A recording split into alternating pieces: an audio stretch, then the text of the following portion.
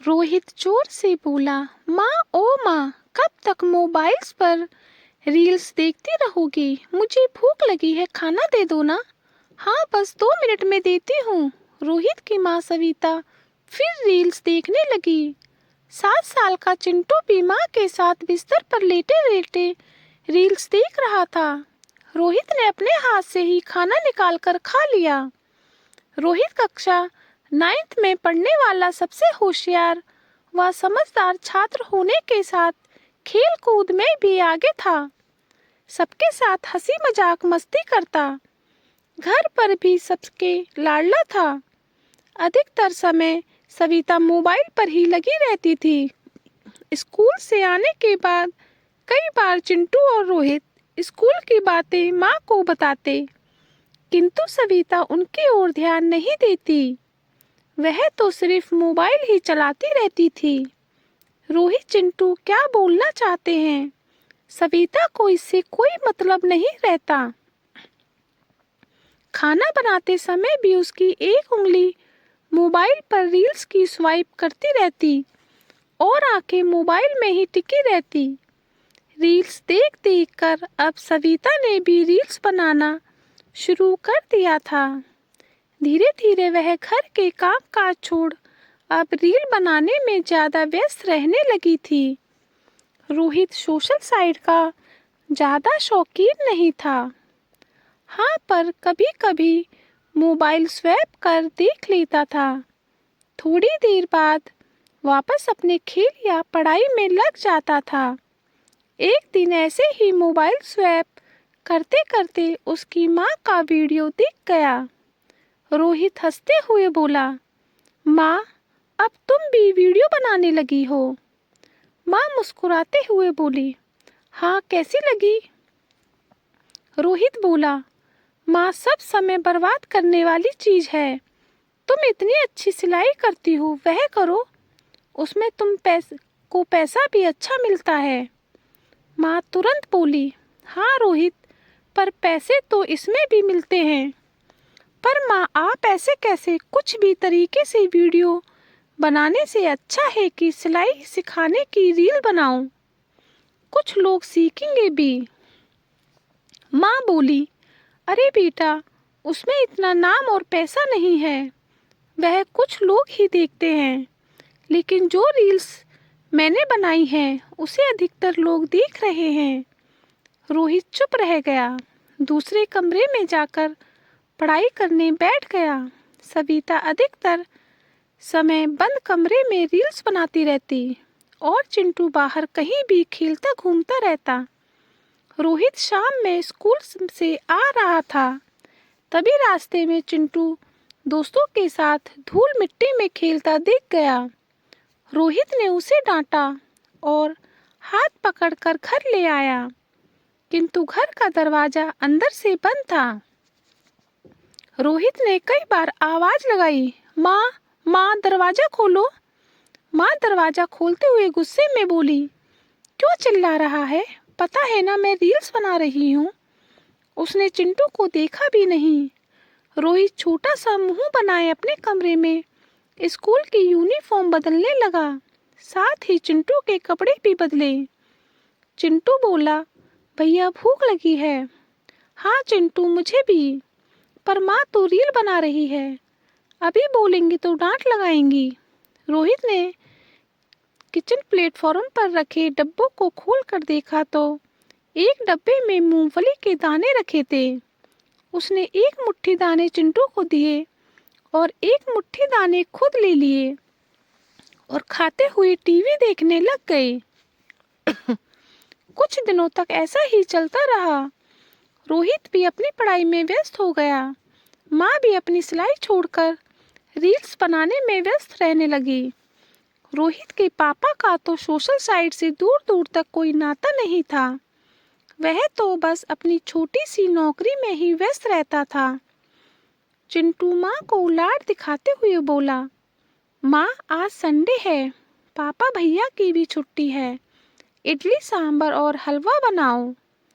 सविता बोली, अरे चिंटू, कितना ज़्यादा समय लग जाएगा, मुझे रील्स भी बनाना है।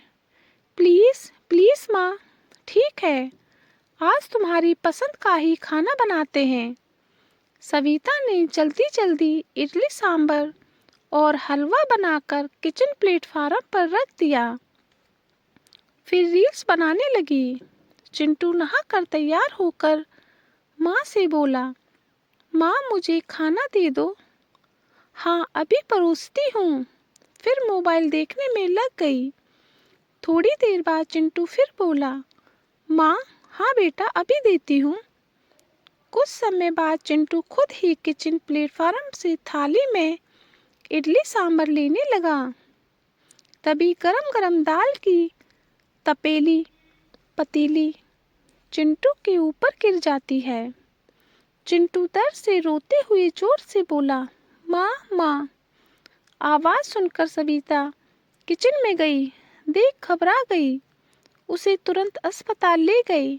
चिंटू के शरीर पर गरम दाल गिरने की वजह से फफोले पड़ गए थे। चिंटू दर्द से रो रहा था। रोहित उसे समझाते हुए बोला, भाई तू जल्दी ठीक हो जाएगा। घर आकर चिंटू के पापा ने सविता को डांट लगाई। वह चुपचाप खड़ी रही। अगले दिन सविता ने चिंटू के साथ भी रील बनाई, जिससे उसे कई कमेंट्स मिले। उसके लाइक्स और फॉलोअर्स भी बढ़े। कुछ दिनों में चिंटू भी ठीक हो गया। रोहित के कई दोस्त मोबाइल के शौकीन थे। वह रोहित को भी रील्स देखने के लिए फोर्स करते, किंतु रोहित देखने से मना कर देता। दोस्तों की जिद से कभी कभी देख लेता था। रोहित के एग्जाम भी नज़दीक आ गए थे। वह अपनी पढ़ाई को लेकर ज़्यादा सीरियस रहने लगा। अब वह नियमित स्कूल जाता, पढ़ाई करता और चिंटू को भी अपने साथ पढ़ने बिठाता। रोज की तरह वह स्कूल जा रहा था। तभी रास्ते में कुछ लोग उसे देखकर हंसते हुए बोले, देख इसके घर ही सेक्सी बॉम्ब है। वह कुछ भी ना समझा। स्कूल पहुंचा तो उसके दोस्त भी उसको देखकर हंसने लगे। रोहित को आज सबका व्यवहार अजीब लग रहा था। लोग उसे देखकर बातें कर रहे थे और हंस रहे थे। एक 12वीं क्लास के बच्चे ने रोहित को बोल भी दिया, क्या यार तेरे घर पर भी सेक्सी बॉम्ब रखा हुआ है? वहाँ क्या सेक्सी डांस किया तेरी माँ ने? अंग अंग दिखा दिया। बोलकर हंसने लगा। यह सुन रोहित को बहुत गुस्सा आ गया। वह उस लड़के से लड़ गया। टीचर्स ने दोनों को अलग किया और लड़ाई खत्म कराई, किंतु रोहित छोटा होने के कारण ज़्यादा घायल हो गया। रोहित का दोस्त बोला, देख भाई तेरी मम्मी को ऐसी रील नहीं बनानी चाहिए थी। सब लोग गंदी गंदी बातें कर रहे हैं। यह सुनकर भी रोहित कुछ न समझा। जब उसके दोस्त ने रील दिखाई तो उसकी शर्म से नजरें झुक गई। वह जल्दी जल्दी घर गया। दरवाजा ठोकते हुए जोर जोर से आवाज लगाई, माँ माँ कहाँ हो?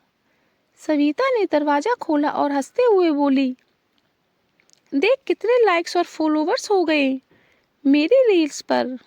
रोहित गुस्से से बोला, माँ इतनी गंदी रील्स बनाते हुए शर्म नहीं आई तुम्हें? क्यों क्या हुआ? ऐसा क्यों बोल रहा है? सब लोग कैसी गंदी गंदी बातें कर रहे हैं।